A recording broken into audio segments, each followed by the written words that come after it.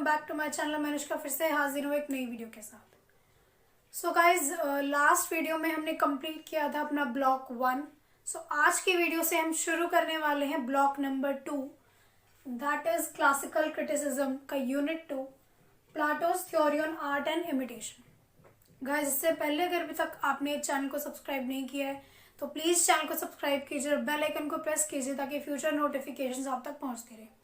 साथ ही साथ आप वीडियो के डिस्क्रिप्शन में जाके टेलीग्राम चैनल को भी ज्वाइन कर सकते हैं, जिसमें आपको वीडियो से रिलेटेड जो भी नोट्स होंगे वो पीडीएफ फॉर्म में मिलेंगे, तो आप उसे भी ज्वाइन कर सकते हैं।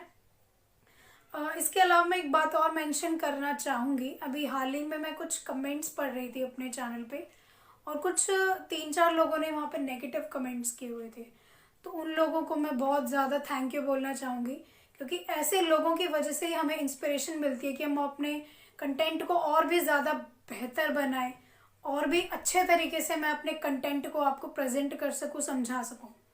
So thank you so much. Life में क्रिटिसिज्म भी बहुत ज़्यादा ज़रूरी होता है, जैसा कि हमारा सब्जेक्ट फिलहाल क्रिटिसिज्म का चल रहा है। तो अगर सब लोग आपको पसंद कर रहे हैं तो उसमें भी खराबी है, तो कहीं ना कहीं क्रिटिसिज्म की भी ज़रूरत पड़ती है लाइफ में आगे बढ़ने के लिए। तो ये थी थोड़ी लाइफ से रिलेटेड मोटिवेशन। अब चलते हैं हमारे टॉपिक पर, फटाफट ज़्यादा टाइम ना लेते हुए।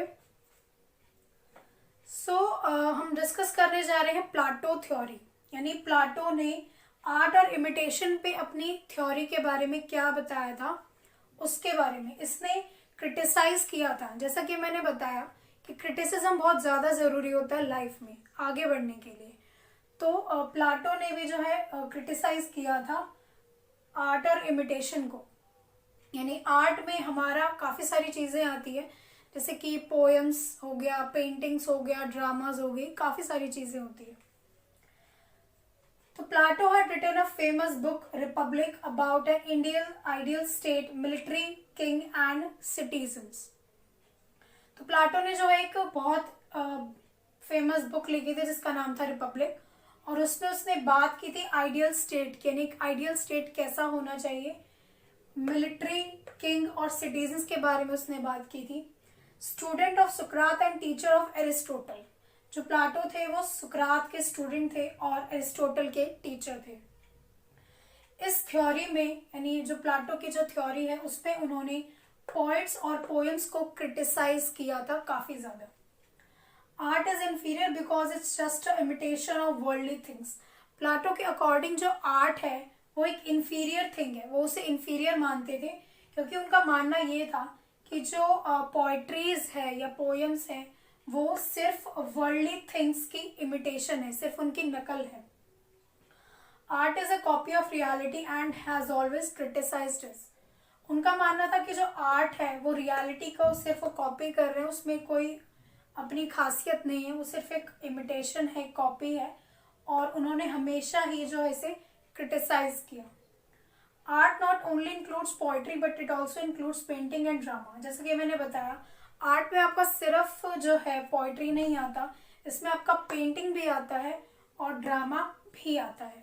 He had criticized those writers who had shown weak to gods and compared them with human beings like Homer, Greek philosopher. वो साथ ही साथ उन राइटर्स को, उन पोइट्स को भी क्रिटिसाइज करते हैं जो गॉड को ह्यूमन बीइंग से कंपेयर करते हैं और ह्यूमन बीइंग जितना उन्हें वीक दिखाते हैं। जैसे कि होमर, जिन्होंने ट्रोजन वॉर लिखी थी, वो एक ग्रीक फिलोसोफर थे। उसमें उन्होंने गॉड्स के फाइटिंग के बारे में बताया था, किस तरीके से वो हार जाते हैं, इस बारे में। नेक्स्ट पॉइंट आता है art was an imperfect presentation of reality, यानी कि प्लाटो के अकॉर्डिंग जो आर्ट है वो एक इम्परफेक्ट प्रेजेंटेशन है रियलिटी का। अब इसमें नेक्स्ट आता है प्लेटोनिक व्यूज और कॉन्सेप्शंस, यानी प्लाटो के क्या व्यूज थे, उनके क्या कॉन्सेप्शन थे जिसकी वजह से वो क्रिटिसाइज कर रहे थे। फर्स्ट पॉइंट आता है gods can't be evil, heroes can't be weak, but Homer had presented gods as weak as human. पहला पॉइंट उनका यही था कि गॉड्स को जो है उन्होंने इविल यानी बुरा दिखाया और हीरोज को उन्होंने वीक दिखाया, जो कि प्रैक्टिकली पॉसिबल नहीं है। बट होमर ने ऐसा प्रेजेंट किया गॉड्स को वीक शो किया ह्यूमंस की तरह। नेक्स्ट पॉइंट आता है poets should recollect knowledge before writing. वो कहते हैं कि जो पोइट है उसे लिखने से पहले यानी कोई भी अपना वर्क लिखने से पहले उसे नॉलेज को रिकलेक्ट करना चाहिए। Poets doesn't have proper knowledge of the subject of his poetry. उनके हिसाब से जो पोइट्री एक पोइट लिख रहा है उसके पास प्रॉपर नॉलेज ही नहीं है सब्जेक्ट का कि उसे एग्जैक्टली लिखना क्या है।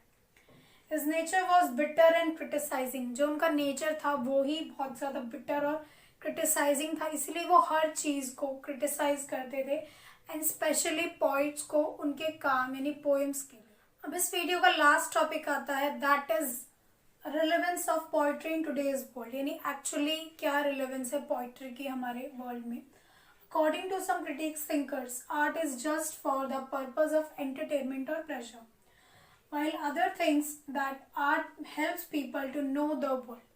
कुछ थिंकर्स और क्रिटिक्स के हिसाब से जो आर्ट है वो सिर्फ एंटरटेनमेंट और प्लेजर के लिए है, लेकिन कुछ थिंकर्स ऐसा सोचते हैं कि जो आर्ट है वो हमें और भी ज़्यादा नॉलेज देती है किसके बारे में, पीपल के बारे में, लोगों के बारे में, उन्हें और भी ज़्यादा डीपली समझने के लिए। Art is not irrelevant and helps us to know more about people and nature. Art जो है वो इररिलेवेंट नहीं होता, वो हमें और भी ज़्यादा हेल्प करता है, मदद करता है लोगों को समझने के लिए और आसपास के नेचर को और अच्छे से जानने के लिए। सो गाइस ये टॉपिक यहीं पर कंप्लीट होता है। मिलते हैं नेक्स्ट वीडियो में नेक्स्ट टॉपिक के साथ, एरिस्टोटल थ्योरी के साथ। सो गाइस आई होप आपका ये जो कॉन्सेप्ट है वो क्लियर हुआ होगा। इससे रिलेटेड कोई भी डाउट्स हैं तो आप कमेंट सेक्शन में कमेंट करके पूछ सकते हैं। तो मिलते हैं बहुत जल्द नेक्स्ट वीडियो में। तब तक के लिए keep smiling, keep learning, keep growing, never stop learning because life never stop teaching. Thanks for watching.